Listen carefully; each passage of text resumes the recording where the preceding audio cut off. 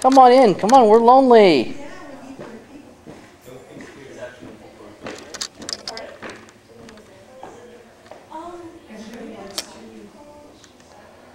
My God.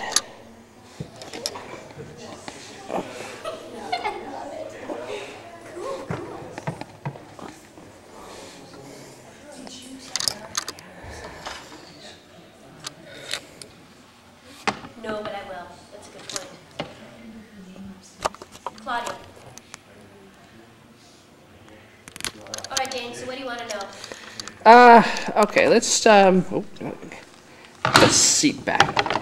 Alright, focus. There we go. Just a basic background of, roles that you've done previously, and then we'll sort of work from there. Okay, sounds good. Well, I'll start with the story of how I kind of got into it, because that'll feed into your question. Okay. So I started getting into voiceover by doing a workshop with a friend of mine called Stevie Valance. Her name is Stevie Valance. She's since won an Emmy Award for her direction of Madeleine, the cartoon series. Yeah.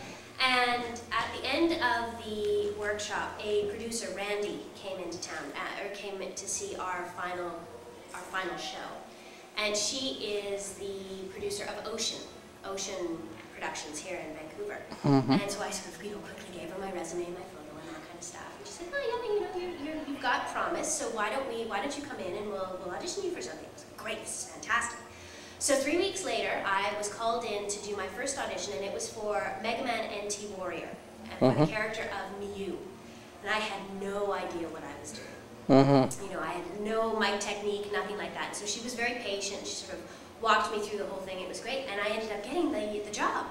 And then after that, it just sort of snowballed after that. So I did, Mew, which then turned into Mysterio in Mega Man.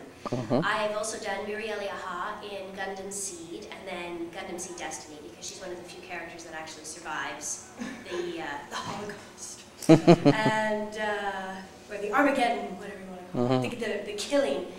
And then I've done Galaxy Angel, where I played Vanilla H, and Kozue in Earth Defense Family, which is the daughter in Earth Defense Family, as well as Nozomi it's Nozomi in Earth Defense Family, Kozue in Maison Koku, and Serena in Inuyasha. So I've done a whole bunch of wonderful parts in some very, very popular shows. And it's been good times all around. Okay. Let me think of a question. Probably you get asked by a lot of people of, who want to get into voice acting, Yes. What kind of advice can you give to them in the way of sort of getting started? Getting started, that is a great question. And it's tough. It's a hard industry to break into. My story is a rarity. I was very, very lucky. And it was by knowing people that I was able to sort of open doors. Because I'm an actor as well as a voice actor. So I would suggest probably the best thing to do is practice, first and foremost. In front of your mirror, just whip off a couple of really good voices.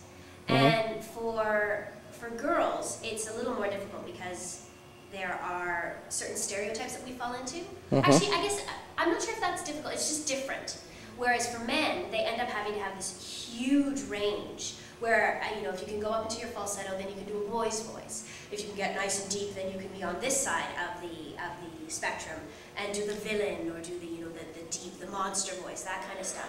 So I would suggest practice on your own and work up a number of choice voices, ones that you're really, really comfortable with and really good at.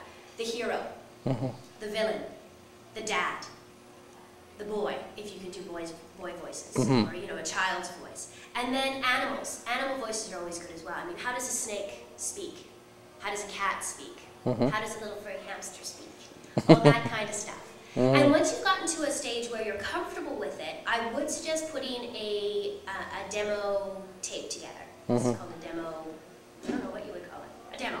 Put a demo together. Yeah, sure. And it can be, it's easily done nowadays with all of the various recording devices, that sort of stuff. You can go into studio if you like, and it's kind of a fun exercise to do. Lots of sound studios will allow you to have sort of an hour here, an hour there. And that's neat because then you can learn how to use your voice in conjunction with a microphone. And that's a different skill altogether. And then once you've got the demo together, you just have to shop it around to various voice houses. Now, I make it sound like it's so easy. You just have to shop it around. You have to know who will be casting, who will be looking for new talent, and send it directly to that person. That information is usually on the internet. Yeah. You can usually find it in contact information under certain studio websites and that sort of stuff. And then you have to just wait. You have to be patient. And if you're given the opportunity to go in and audition, be prepared. Be super prepared. Because when those doors open, you have to do the job. You have to do your job in the room. The other way you could go is you could try and get a voiceover agent. Again, you will need to have the demo to open that door. Because they have to be able to see what you're capable of. And the demo should be pretty slick. No more than 2 minutes long. Actually, mine's about 3, so I'd say no more than 3. You're aiming at about 220, 230 when it comes to demos. And you'll want to show a whole range, whatever you're comfortable with, whatever you're good at. Stretch yourself a little bit as well. And then you'll also want to sweeten it a little bit. So put the sound effects in, have the music there. If you sing, put a little bit of singing on there. So that then when you do go to an agent and say, you have got to represent me because I'm going to make you a lot of money, you can go, this is why. And then they'll listen to the demo and you can just sort of, have your meeting and conversation with them. And once you've got representation, then it makes getting into the audition room much easier. What was your what was your first role that you did when you first started out? Like, what certain role was it? And then afterwards, like when you saw it for the very first time, you're going, oh! That was exactly it. Well, it was Mew in Mega Man, and I was. It was a little nerve-wracking, I have to admit, because I didn't understand the business at that point, so I kept making mistakes, and I always felt like I was 2 steps behind everybody else. Because you get the opportunity to meet all sorts of voice actors when you start working on a series who've been doing it for centuries, or what they say is centuries. And so they're really good at it. They've got the mic technique down, they know how to make certain sounds and all that kind of stuff.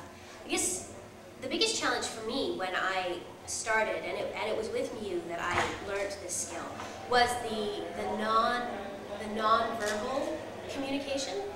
All of the sound, the intake of the shock, and then the different types of gasps that you need to suit different situations, and the fighting noises and all that kind of stuff. Language I could do, but the non-verbal stuff was really, really difficult. The sound effects, the walla, that sort of stuff. So I had to work at that a little bit, and that was a wonderful lesson, because once you have that down, you can make it's much more effective, and it's a much better translation of the original Japanese into the English. Because we, as English speakers, we tend to not have a lot of extraneous or extenuous sound effects that go along with our speaking. Like every now and again we'll go, but that's about it. Whereas the Japanese have this whole wonderful range of expressions that we don't even use in English. So it was great to sort of tap into that. And Mew is just such a wonderful character. I often play characters that don't have much emotion. I don't know why that is. I guess I don't have much emotion in my voice. But they're either robots or they're people who are devoid. Like with Mew, she's a fortune teller. So she's always very even-keeled and mystical. And the voice is more like this rather than having to do any high emotion. And that was kind of an interesting thing to learn as well, to sort of go, right, that there's a certain amount of energy that has to be behind the voice in order for it to read. Because I guess we also use the face a lot to sort of go, oh, right, this person is now happy. Well, if you can't see the face, you have to smile into your voice, and then that changes the quality of your voice as well. Did I answer your question? Yeah, pretty much so, I guess. Yeah, good enough. Probably the most that you do is ADR. Yes. Which all this stuff is already drawn and stuff. Correct. And it's more of